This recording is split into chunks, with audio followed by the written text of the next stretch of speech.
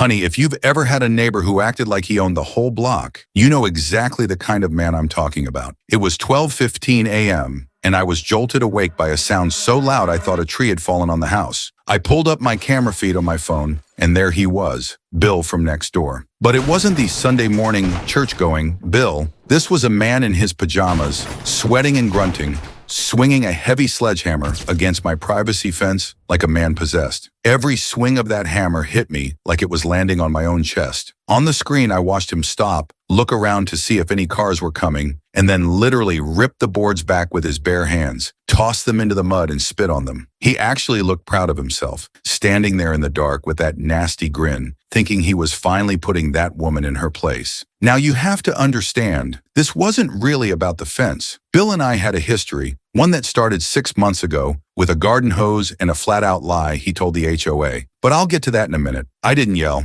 I didn't run out there in my nightgown to give him the satisfaction of a fight. I just sat in the dark, my heart pounding, watching him destroy my piece frame by frame. He had no idea my 3 cameras were catching every drop of sweat and every ugly look on his face. He thought he was erasing my boundary, but all he was doing was building his own prison. I didn't need to say a word that night. I just tapped save and felt a different kind of smile touch my face. Because while Bill was out there making a mess, the trap was already set. Now, before I tell you what I did next, we have to talk about how we even got to a sledgehammer at midnight. You see, when I first moved in, I thought Bill was just your typical retired guy with too much time on his hands. But everything changed over something as silly as a garden hose. I was out there one Saturday morning, just enjoying the sun, when I saw Bill leaning over the property line. He didn't say good morning. He just pointed a shaky finger at my hose and said, "That's leaking into my yard and you're going to rot my grass." Honey, it wasn't even dripping. I told him, "Bill, that's just morning dew." But he didn't want the truth. He wanted to be the boss of me. 2 days later, I get a letter from the HOA. Bill had told them a flat-out lie, claimed I was flooding his property. Can you imagine the nerve? That's when the mask slipped. I realized he didn't just want a dry yard. He wanted to see if he could rattle me. He started watching me through his kitchen window every time I stepped outside. I stopped gardening in the mornings. I stopped drinking tea on my back porch. This man was slowly stealing the peace I'd worked my whole life to earn. It's that creepy, heavy feeling that makes you want to go inside and lock the deadbolt. He kept escalating, and then one afternoon, he crossed the line, literally. He walked right up to my driveway, stood inches from my face and pointed at where my new fence was going to go. He said 7 words I'll never forget. "If you build that fence, you'll regret it." I didn't flinch. I just looked at him and thought, is that a promise? So when I finally built that fence, I didn't just build it for privacy. I built it as a test to see how far Bill would really go. And at 12:15 a.m. that Tuesday night, he gave me my answer. But what he did to that fence, that was only half of what those cameras caught. The other half is what put him in handcuffs. Now, most people would have called the police the second Bill made that threat on my driveway. But honey, I've lived long enough to know that a man like Bill knows how to talk his way out of a he said, she said argument. If I wanted to stop him, I didn't need a shouting match. I needed ironclad proof. So the very next day, I didn't call the cops. I called a security company and a lawyer who specializes in property disputes. When the technician showed up, I told him, "I don't just want to see my yard. I want to see every bead of sweat on a man's forehead." He tucked 3 cameras into the eaves of my roof, hidden right behind the decorative trim. And then I called my lawyer, Sarah. What she said next made my heart skip a beat. She told me, "If he ever touches your property, we're not just filing a civil suit. We're calling it what it is, a crime. And he's going to jail." So for the next 2 weeks, I played the part of the scared neighbor. I kept my curtains closed. I let Bill walk past my house with his chest puffed out, looking at my brand new fence like it was a personal insult to his ego. He started walking his dog right up to the fence line, kicking dirt against the wood, waiting for me to snap. But I stayed silent because I wasn't waiting for a fight. I was waiting for a felony. Every time he stepped onto my grass, my phone was buzzing in my pocket with an alert. I was building a digital file on him that was thicker than a Sunday newspaper. By that Tuesday night, the air felt heavy. You know that feeling before a storm breaks? I looked at my camera feed one last time before bed and saw Bill standing on his back porch, staring at the fence with a sledgehammer resting against his leg. He thought he was the hunter, but honey, he was walking right into a trap that was baited, loaded, and legal. And what those 3 cameras caught in the next 47 seconds. It didn't just cost him his fence, it cost him his house, his savings, and his freedom. It was exactly 12:15 a.m. when my phone buzzed on the nightstand. I sat up, my heart racing, and opened my camera app. And there he was, Bill. He wasn't the quiet neighbor anymore. He was out there in a dark hoodie, carrying a heavy pry bar in one hand, with his sledgehammer leaning against the fence. He took a long, slow look at my dark windows, convinced I was fast asleep and completely helpless. I watched the screen,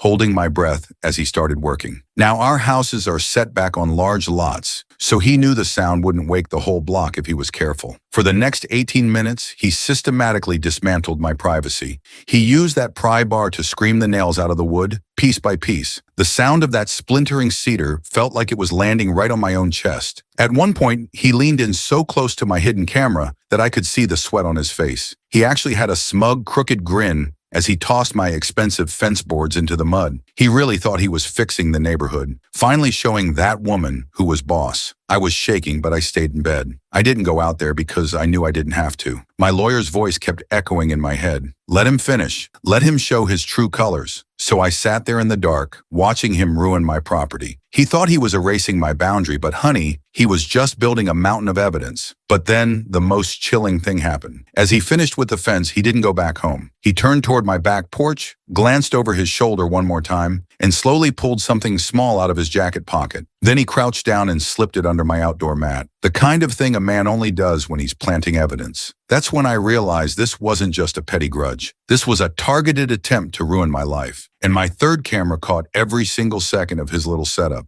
The next morning, I didn't rush outside. I waited until I saw Bill leave for his usual coffee run. Same time, same route, like clockwork. The second his car pulled out of the driveway, I walked straight to my back porch. My hands were steady, but my heart was pounding like a drum. I lifted that outdoor mat, and there it was, a small plastic baggie. Inside that baggie were 3 small blue pills, not aspirin, not vitamins, prescription opioids, the kind that come with a federal charge if you don't have a prescription. And honey, I don't take anything stronger than Tylenol. Bill hadn't just vandalized my property. He had planted narcotics on my porch, hoping the police would find them before I did. He wanted me arrested. He wanted me humiliated. He wanted me gone so he could finally win the neighborhood. I didn't touch it. I didn't move it. I just pulled out my phone, took a picture, and called the police. When the officers arrived, I walked them straight to the porch. I didn't say a word, I just pointed. Then I pulled up my phone and played them the footage from the night before. Both of them went silent. The younger officer looked at me and said,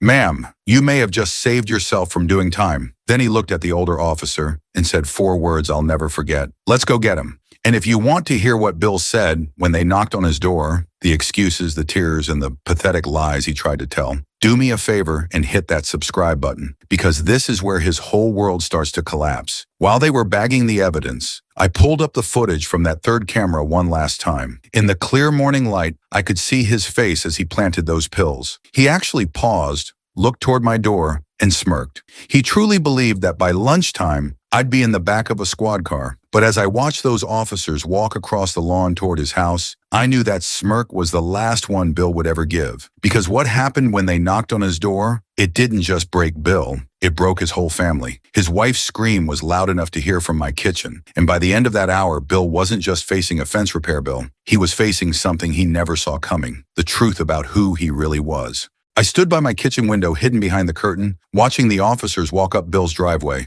Honey, the air was so still you could hear a pin drop. When they knocked on that door, Bill opened it, wearing his "World's Best Grandpa" t-shirt, looking as smug as a cat in a creamery. He actually leaned against the doorframe, probably waiting for them to tell him they'd arrested me. But when the lead officer held up his notepad and said, "William, we need to talk to you about what you left on your neighbor's porch last night," his entire face turned the color of ash. His wife, Martha, who's always been sweet but a little too quiet for her own good, came running to the door. When she saw the handcuffs come out, she let out a scream that I can still hear when I close my eyes. It wasn't just a shout. It was the sound of a woman realizing the man she lived with for 40 years was a total stranger. She kept crying, "Not Bill, not my Bill," while he started stammering, trying to blame it on kids in the neighborhood or a big misunderstanding. But the officers didn't want to hear it. They led him out to the cruiser in front of the whole block. Every neighbor Bill had ever bullied was standing on their lawn, watching. Bill looked over at my house, his eyes darting around, looking for me. He wanted to see if I was gloating, but I stayed behind that curtain. I didn't need to gloat. The truth was doing all the work for me. As they drove him away, I saw his son's truck pull into the driveway. His son is a good man, a veteran, and when he saw his father in the back of that car, He didn't even stop to talk to him. He just walked straight to his mother and put his arm around her. That was the moment that truly broke Bill, seeing his own son look at him with pure, unadulterated shame. Bill thought he was just destroying a fence. He thought he was just planting a few pills to get a difficult woman out of his hair. But in 18 minutes of madness, he had managed to burn down every bridge he ever built. And the worst part for him, the lawyer I'd hired weeks ago, she wasn't just there for the fence. She had already uncovered something in the public records about Bill's past that he thought was buried 20 years ago. Something that meant he wasn't just going to jail for a night, he was going away for a very long time. But before I could tell anyone what she found, I had to sit through the one thing I'd been dreading for weeks, the courtroom, because Bill wasn't going down without a fight. He hired the most expensive lawyer in the county, and he walked into that courthouse 3 weeks later with a smile on his face, like he'd already won. He had no idea what was about to hit him.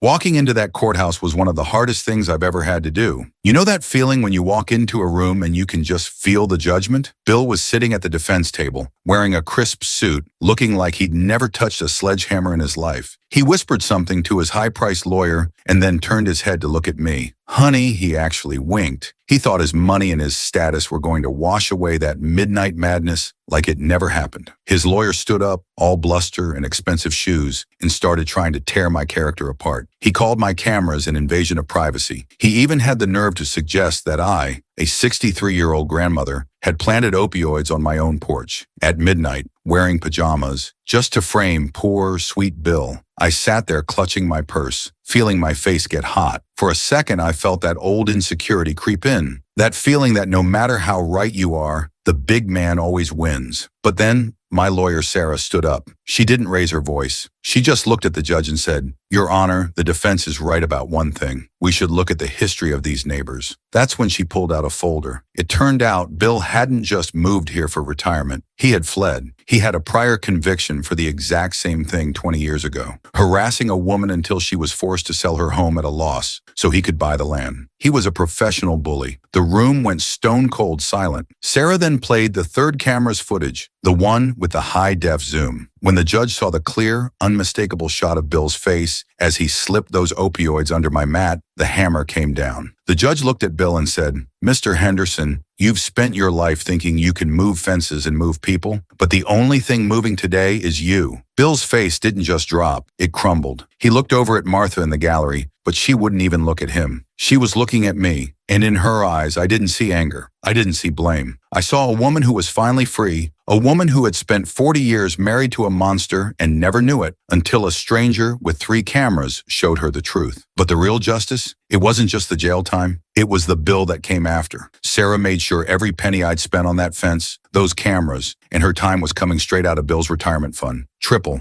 Today, if you walk past my house, you'd see a beautiful new cedar fence, sturdier than the last one, and paid for entirely by Bill's bank account. But the real change isn't what you can see from the street. It's the air in this neighborhood. It feels lighter. It feels like we can all finally breathe again. Bill is currently serving his time, and word around the block is that Martha has officially filed for divorce. She actually came over last week with a plate of homemade lemon bars, still warm from the oven. We didn't talk about the court case or the pills. We just sat on my back porch, the same one Bill tried to ruin, and drank sweet tea in the afternoon sun. And for the first time in years, I heard her laugh, a real deep laugh, the kind that only comes from a woman who's finally free. It just goes to show you, honey, that sometimes when you stand up for yourself, you're accidentally standing up for everyone else too. I'm telling you this story because I know there are so many of us out there who have been told to just ignore it or don't make a scene when someone tries to bully us. We've been taught that being a lady means staying quiet, but I've learned that being a lady means protecting your sanctuary. Your home is the one place on this earth where you should feel 100% safe. Don't ever let a bill take that from you. I'm 63 years old, and for the first time in my life, I'm not checking the locks 3 times before bed. I'm sleeping like a baby, and every morning when I wake up and look out at my backyard, I don't just see a fence. I see a boundary that says, this is my life, this is my peace, and it is not for sale. So I want to hear from you. Have you ever had to find your backbone and stand up to a bully in your own neighborhood? Drop a comment below and let's support each other. because we've worked too hard for our peace to let anyone steal it. And if you enjoyed this story, honey, do me 3 small favors. Hit that like button, share it with a friend who might need a little shot of courage today, and subscribe, because I've got more stories just like this one. And you don't want to miss what happened when my other neighbor tried to pull something even worse. Stay safe, stay spicy, and I'll see you in the next one.